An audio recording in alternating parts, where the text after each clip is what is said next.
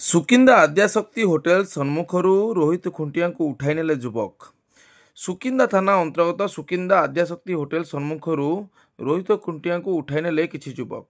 ସୂଚନା ମୁତାବକ ସୋମବାର ଅପରାହ୍ନ 4 ଘଟିକା ସମୟରେ ସୁକିନ୍ଦା ଆଦ୍ୟାଶକ୍ତି ହୋଟେଲ ସମ୍ମୁଖରୁ କିଛି ଅଜଣା ଯୁବକ କାରରେ ପହଞ୍ଚି ରୋହିତ ଖୁଣ୍ଟିଆଙ୍କୁ ଉଠାଇ ନେଇଥିବା ଭିଡ଼ିଓ ଏବେ ସ୍ଥାନୀୟ ଅଞ୍ଚଳରେ ଭାଇରାଲ ହେଉଥିବା ଦେଖିବାକୁ ମିଳିଛି।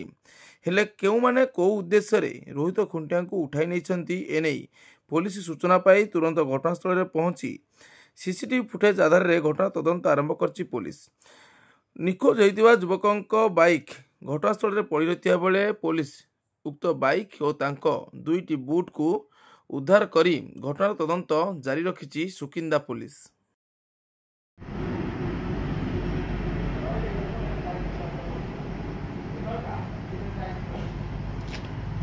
देखा ना टाइम टा स्टार्ट है